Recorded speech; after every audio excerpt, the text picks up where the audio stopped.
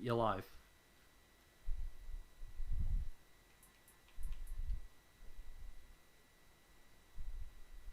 Yep, you're live. Okay. Okay, so this is Dirt 3. We are going to be running Season 1. So the aim of the game, complete all 4 seasons. We're just going to be doing Season 1. And then afterwards, we'll be doing the Trailblazer run. And between the two runs, between the two categories, sorry, we will be seeing pretty much the broad gist of all the tricks available in the game. So that we don't have to do a 4-hour speed run for that to 5-hour speed run to showcase all of that off. So yeah. And just quickly before we do start, I just want to mention that we have had a $10 donation from Anonymous, which simply says, "Go Firefox." Cool. Thank you very much, Anonymous. So take it away, Firefox. All yours. Excellent. So countdown in 5, 4, 3, 2, 1, go. Okay, so the first trick, as you can see, we've got this like little dialogue happening in the bottom left corner. For the most of the run, we can skip all of these with a trick called dialogue skip, very well named. I'm just going to listen for audio cues here.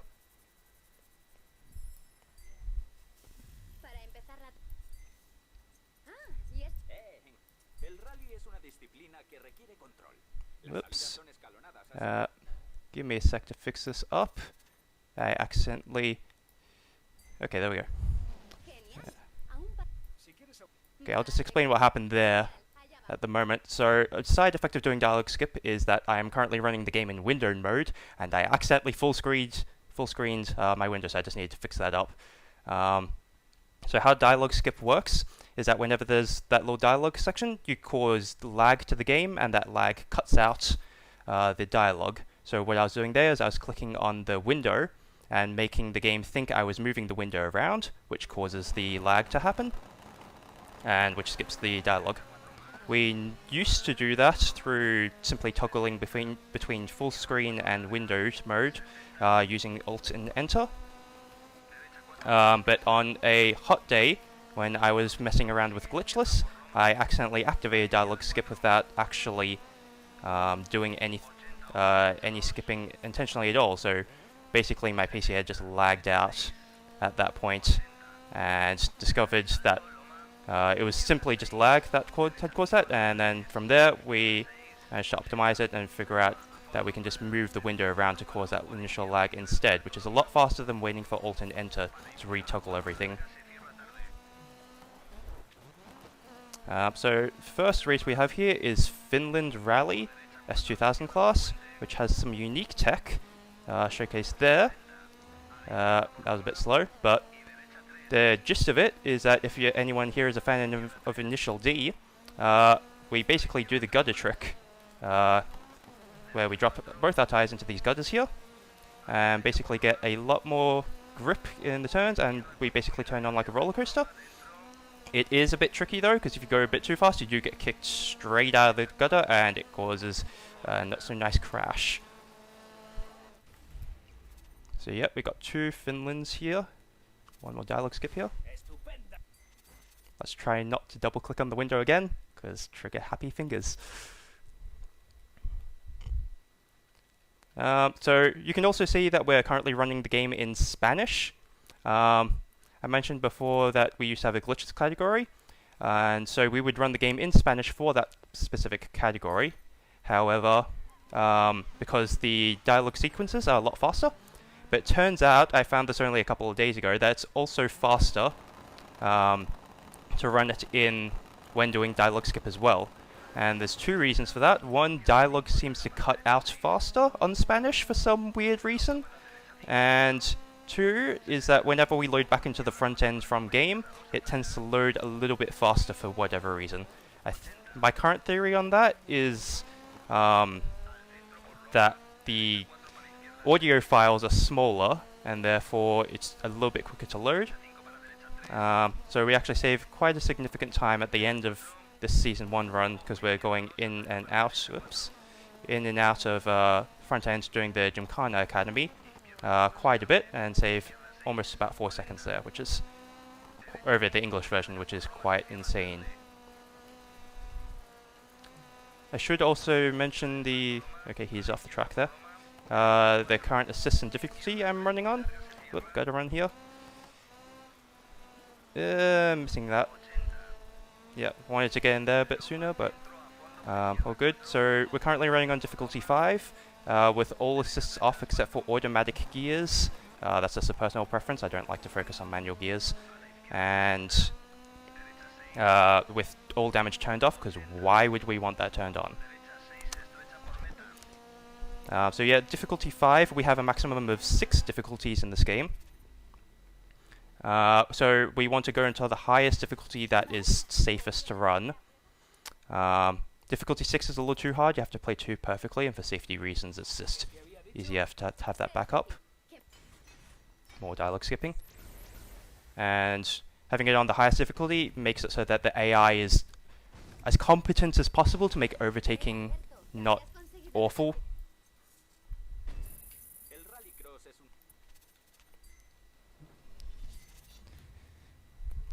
Okay, and we're on to the first rallycross section, which is honestly the hardest part of this Season 1 run, just because overtaking can be a bit of a pain. Sometimes the track just gets really crowded and it's very easy to wipe out. This is normally the first track that has a bit of a reset point to it. So I'll mostly be going wide, but by setting it to difficulty 5 we will also try to use the AI to speed ourselves up through the corners. Okay, he's going wide, but that doesn't usually happen. And so ideally we want to crash into him and just push ourselves through the corner a little bit faster. The AI actually going kind of faster than usual. That's not good. Very easy to spin out there. Oh, and yeah, that's not good RNG right there. He was just blocking me. So I also expect one of the AI to spin out here, because they just always spin out. Oh, I didn't do it that time. Okay, like 90% of the time, either the first place or second place will actually spin out there, just out of their own volition. Yeah, it's pretty scripted AI for the most part. But I guess due to the randomness dice roll, he didn't want to spin out there. That sometimes happens. Okay, so now that we're past all the AI, we can just focus on our lines properly and make it all the way to the finish.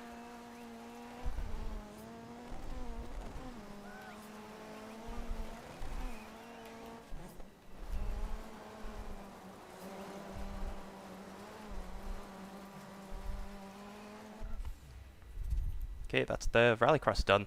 And that went smoothly, no crashes, which I'm very happy about.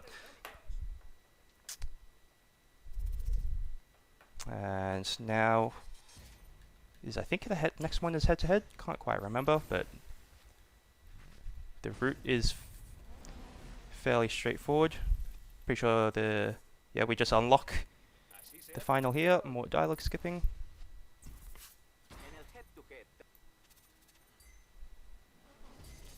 And you can see I'm just spamming through the menus there. We don't really care about what car we pick. We just want to pick our car as fast as possible.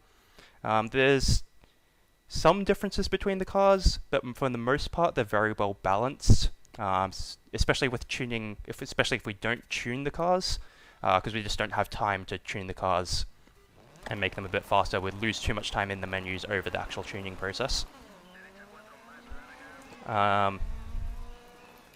The other difference is that there's different reputation levels between the cars, and so we get more points, reputation points for certain cars, especially DLC cars like, I think this one's a DLC car, can't quite remember. Which does cost us a bit of time because we unlock stuff sooner in the menus. But in the end of this first season, we end up on reputation level 6. Well, if you were to actually try to minimize the reputation points that you were getting for the unlocks, you would end up on reputation 5 anyway. So it's basically you would save one reputation screen versus losing a bunch of time just selecting the different cars.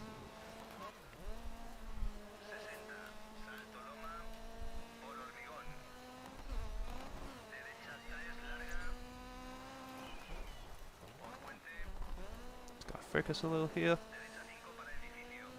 Yeah, so head-to-head versus the other car that's basically traveling half a track behind.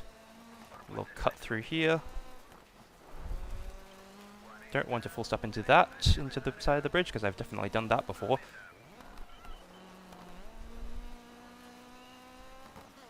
And off to the next head-to-head after this. So yeah, that's a very consistent track. You don't have to deal with any AI there. With Rally as well as Trailblazer, you have to deal with overtaking the AI, especially the ones that crash as well. Because even at difficulty 5, they do crash. Difficulty 6, not so much. I can't remember. It's been a while since I've been on difficulty 6. But yeah, just more of the same.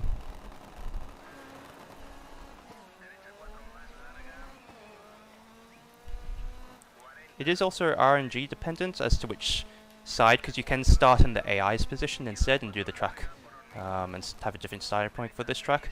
Not sure what it is, but like I think it's pretty consistent if you follow this route exactly. But if you start choosing different cars and doing different stuff, the RNG tends to shift over. So I'm not sure if it's purely dependent on that or if it's just purely luck that you basically start this exact route, that having that exact starting point every single time, which makes it easier because then you don't have to worry about memorizing 2 different tracks for most of the run.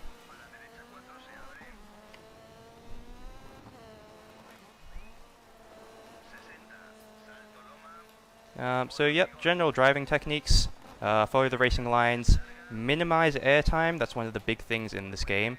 So for a lot of the cuts that we do, the cuts end up being a bit slower because we just get pushed up into the air, and then we also lose time from the landing. Cars don't like to land too much. I missed that. So that's a fairly flat cut, which is nice. Nice and easy to take, especially with the car's suspension as well. And we also want to maintain as much grip as possible, with a few exceptions here and there. So we never want to slide, despite this being a rally game. We can do sort of a very slight drift, and it doesn't really lose as much time and gives us a ton of grip through the corners. But yeah, you want to avoid just sliding in general.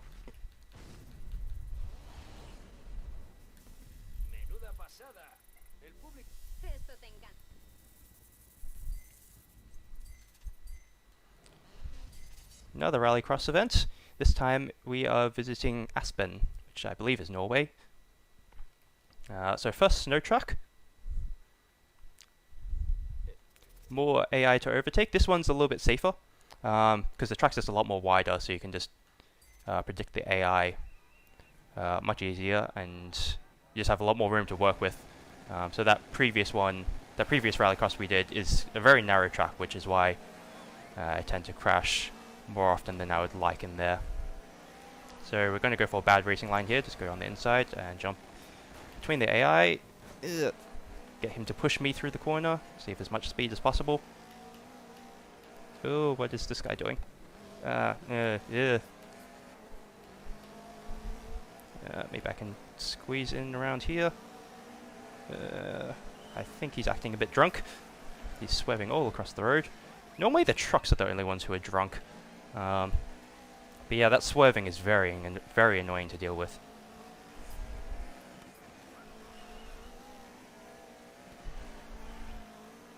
And so brake at the top of the ramp just to land a bit sooner, and so you can turn in a bit sooner, because you can go too fast over that ramp.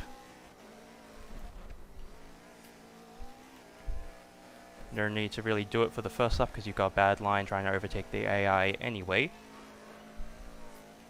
And one lap after this, and we'll be moving on to the first truck event, I believe.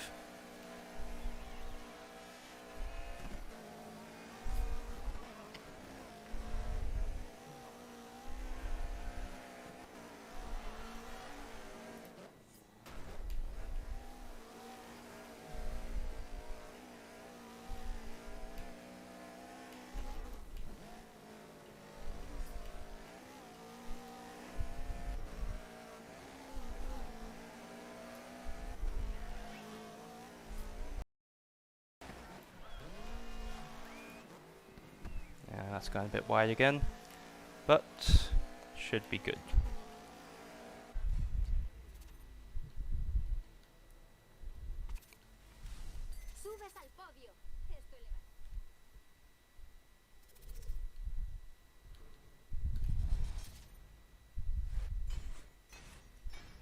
Yeah. Also, we want to avoid getting objectives, but the objectives are randomized, so you can't really tell which one you're about to get. It would save a bit of time in that little menu.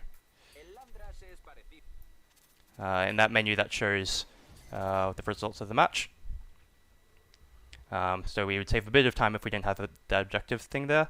But I also don't read Spanish, so even if we weren't spamming through the menus, I wouldn't really be able to tell what objective to avoid. Most easiest one to skip is like the one that says don't take any damage, so theoretically you could just like nick yourself and hope that was the objective. But then there's other objectives like reach a top speed of X, and we kind of want that speed.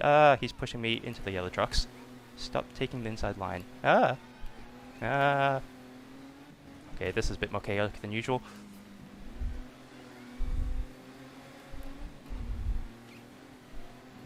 Excuse him, what? He always spins out there. And normally if I was behind a truck by here, he would be swerving all over the road. That's why I nicknamed the trucks the drunks, but a little bit of a slide there. That was a bit slow. Intentional one. Just gives us a bit of better angle over on the exit. Just try to stick to the inside as much as possible here.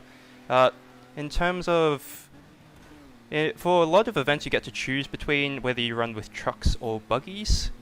But trucks are definitely the slowest, so if you have a choice, choose the buggies. Yeah, a lot more grip with the buggies and just generally a lot more fun. But for these Season 1 events, we don't really get a choice, so we have to run with these. There's not too much of a difference. I think it's between like 1 and 2 seconds, but both the buggies and the trucks are a bit heavy and a bit awkward to drive with, so. It also is a bit helpful though, because we can just like full speed up this corner without ever hitting the brake or anything like that. Same with this corner. It does help to get tap the brake a little, just get a better angle, but you gotta use those inclines to your advantage as much as possible.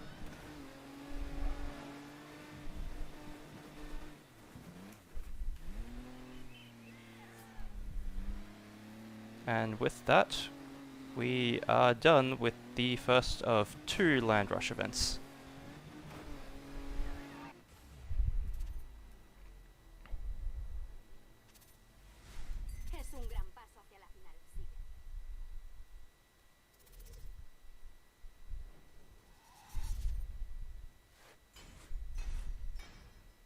We are closing very close to that difficulty 6, but we will not exceed that.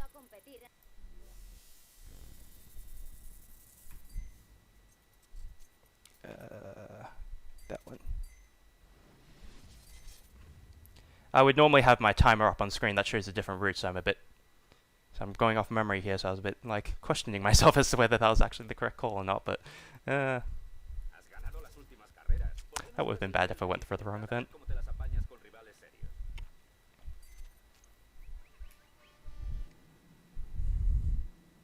Another rallycross event. This is probably the funnest one of them all. Very high speed track. AI don't really get in the way too much, so you can really focus on driving lines here.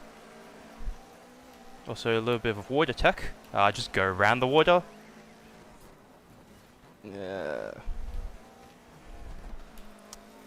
Trying not to spin him out there, because otherwise he'll just slow me down. Get a bit wide here to prepare for this next corner. And ideally, full speed all the way down this line.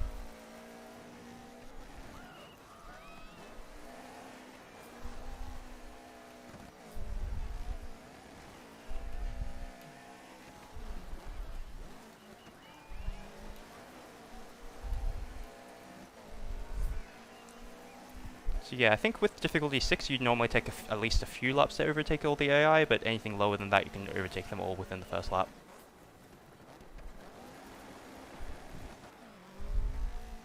Miss the apex there. Honestly, I always just like misread that a little bit. You always need to brake a little bit sooner than you think you need to for those specific cuts.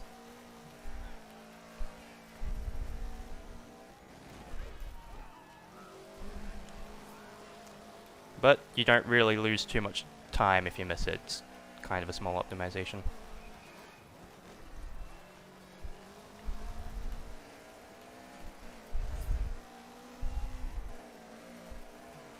Yeah, you can also see in the top left there it says MP. That's basically the Spanish for PB. That's a lie. This is a brand new file, so obviously that's not actually going to be PB. Especially when it comes with like WR as well. If you're playing offline, just thinks you got the world record, which is hilarious.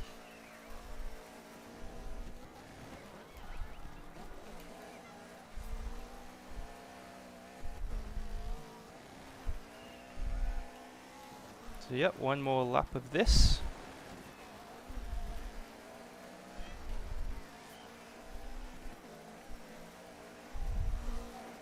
And we will be soon moving on to the Gymkhana Academy after one more Land Rush event. So get ready your unskippable cutscenes, because we have not found a way to skip those yet. So that will be fun. Oh, got a bit of oversteer there and went into the fence.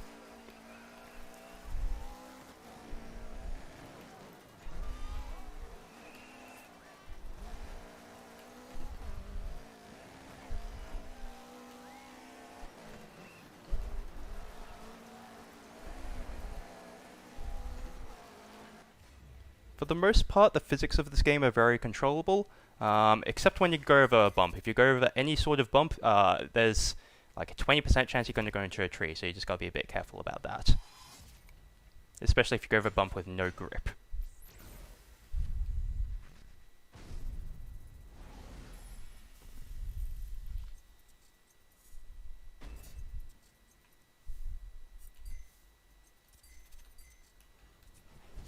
First track over in Smelter.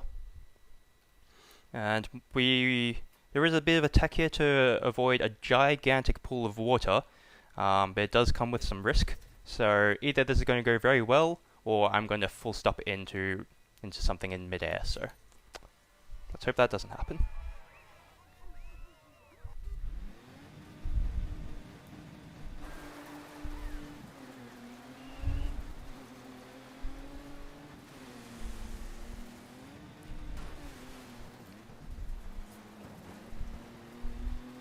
Okay, so yep, over this jump is a giant pool of water. We want to pull to the right a little bit to try to just avoid the water entirely there. It's a very tough line to get there, and if you go too far right, you end up crashing into the fence. And there is a bit of geometry that sticks out the side there, so if you hit that midair, you just basically end up doing a 360 and face planting. Hence the reason we also have difficult, damage turned off, because you would probably instantly die if you did that. So now that we don't have to deal with the AI, let's give it a shot. Too far to the right there, but I didn't hit the geometry, so that's fine. There is a bit of a weird tech to get your car to slightly roll. Roll on its to the left axis a little bit, just to land with all four tires on that slanted bit after the jump. But it's not consistent and quite difficult to get. Okay, that was better. Still hit the water a little bit. That is pretty much, on average, what you're going to get. You can get a little bit faster, but it's very difficult to keep that consistent.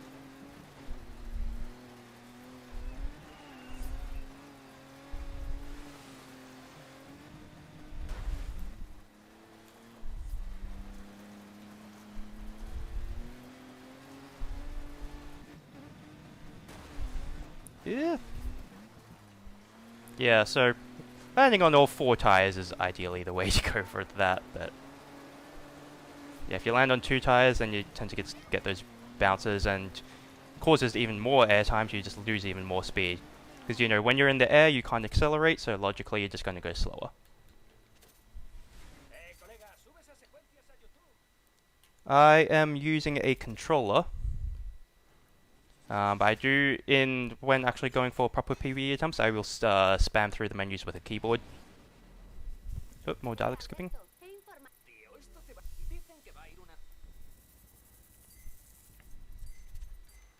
And now we're onto the Gymkhana Academy. So there is a trick to speed this up a little bit. So what we are going to do is we are going to try to aim for get the minimum amount of points for the bronze medal, and then we can just quit and exit, and it saves out those amount of points, and it allows us to pass those events. You can't do that in normal Gymkhana events. It counts as you retiring from the event, which is very annoying. Because because basically Gymkhana events are just auto-scrollers. So if we could quit those out early, we would save literally like a whole minute per event, which would be huge. But alas, no. And it's kind of annoying because those Gymkhana events are also the fastest in a normal any percent run compared to most of the other events. So we kind of have to take those auto-scrollers, essentially.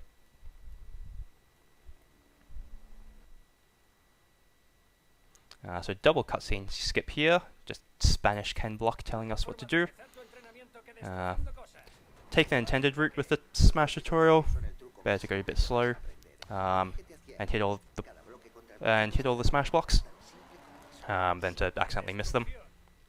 The points only count if they get registered in the UI in the little top right that you're about to see. So as soon as that flashes up, I want to quit out. If you have the amount of points but it hasn't appeared on the UI, then it does not count, which kind of sucks. And that should be it. Yep, so just quit and exit as soon as you get the bronze medal, move on as fast as possible. Saves that from having to be an auto-scroller. So this section is already long enough with those cutscenes. Thank you, Codemasters, for having always with your unskippable cutscenes. Seems to be a bit of a staple with Codemasters. But yeah, pretty chill time at the moment. However, it is also, because you've got so much downtime, it's very easy to choke this last section if you're on a PB attempt.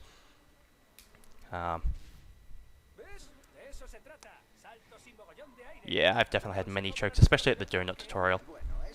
Jump tutorial, very easy, you just jump over 2 of these jumps and quit out immediately. Not much to talk about with that. Gymkhana itself is just a bit, mostly tedious. Can be a little bit tricky in an 9% run, just because the higher the difficulty, the more points you need to get, and there's some Gymkhanas that are just a bit awkward to get points in.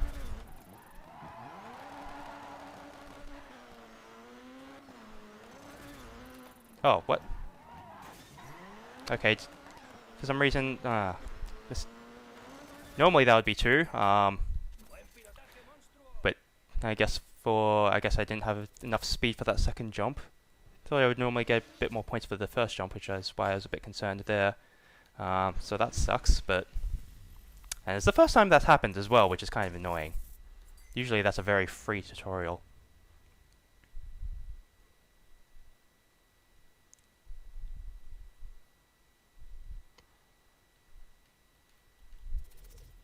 So this next tutorial is the drift tutorial, where we have to slide between a bunch of basically those gates there in a figure 8, but I will be doing a different route. So instead of taking the figure 8, you just take one of the 8s, a half 8, I don't know what you call it. We're basically just going to be doing a single donut through all these checkpoints instead of transitioning between them. And so that saves about a second if I don't crash. It's very difficult to get 5,000 points on every single one of these gates, especially this first one.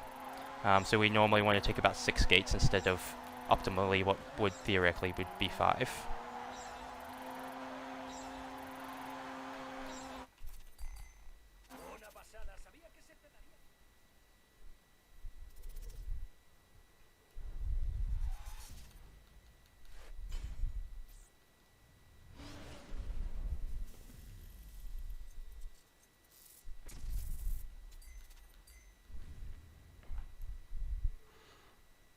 Okay, next up is this spin tutorial.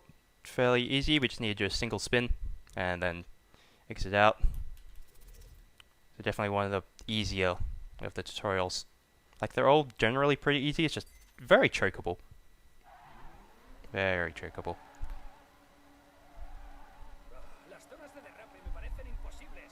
Una auténtica demostración de precisión. ¿Cuál es el truco para pasarlas, Ken? La zona de derrape es uno de mis trucos preferidos. Tienes que conducir por la zona marcada y hacer que el coche derrape de forma controlada. Cuanto más derrapas, más puntos. La clave, acercarse lentamente. I have no idea if we're on pace or not. Actually, no, definitely not. Because of that jump tutorial went horribly wrong. We also went a bit wide on some of the corners as well, so I wouldn't be surprised if we were... Like, my PB is a bit slow, but it just has a really good Gymkhana.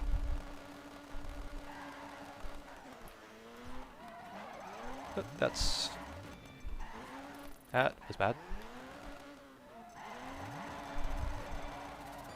Yay, marathon jitters. Okay. I say it's free and then I screw it up. Classic.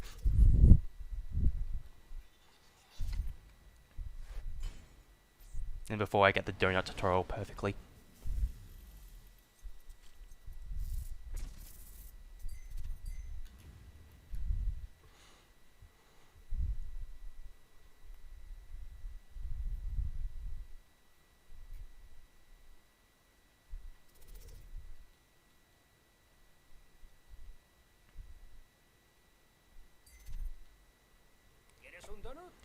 If we could skip these cutscenes, it would probably take about almost like 8 minutes out of the run.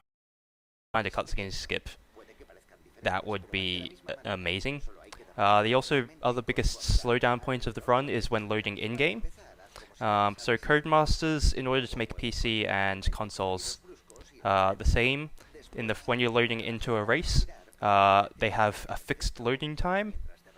So if your game loads faster than that loading time, it just like stalls out until it reaches that time, which is very annoying, especially for PC, but it also makes console a bit better. But like I said, loading back into the front end, there we go.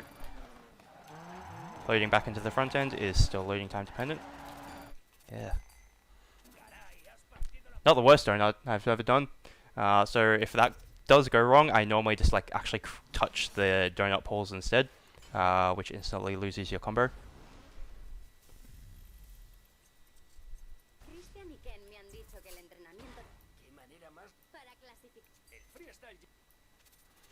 And now, auto scroller to finish off the run. Literal auto scroller, like. Theoretically, if we could skip out of it, we'd set our difficulty to level 1, because you can change difficulty whenever you want. Well, at the start of an event. And so if you set to difficulty 1, you reduce the score you need to get, and then you could literally finish with a whole minute to spare on the clock. I'm going to be finishing this with about 40 seconds to spare on the clock. So it's literally going to be about 40 seconds of dead air until we finish the run, until the run is finished. So yeah, a bit of an anticlimax to the end of this particular run, but technically the run just pretty much ends as soon as you enter this event. Well, as soon as you start this event, because that's the last non-auto scrollery input.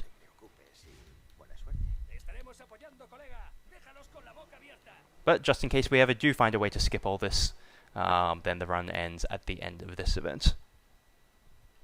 One can remain hopeful.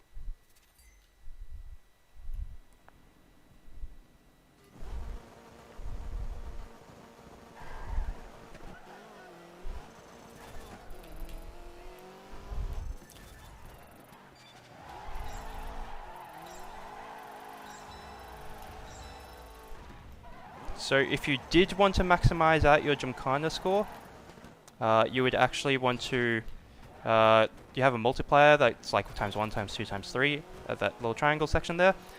You would want to wait until your multiplier is at times 3 before you start hitting these smash blocks, because that way you get the most points out of them. And now I'm already first with 50 seconds to spare. Nice. So yeah, we can literally just screw around for the rest of this event. There's no way to speed it up. So yeah, guess I'll just look at the chat, or if anyone has anything to say, now's the time. We've got plenty of it.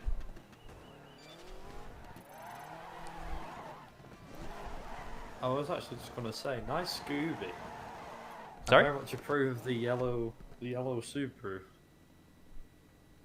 Oh yeah, I Interesting mean, one seeing a yellow Subaru. yeah, it's just Very the nice. it's just the automatic car that the game gives you based on your reputation level. So it is very nice to see there.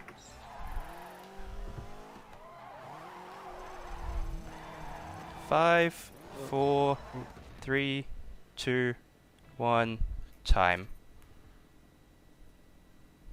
You've got to wait till it's come through.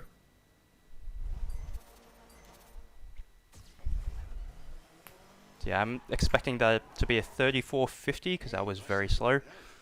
I've got 34.53. Hey, It's about the same. About the same, I yeah, think. that's close enough for what I expected. Even if it's a few seconds out to what you've got, I think we've the same identical time, which is pretty good. Excellent. So yeah, lost about 30 seconds from my PB there. Kind of hoping I could get PB because I'm very on pace to beat it at the moment, especially in a lot of practices. I've just been choking at that Gymkhana section.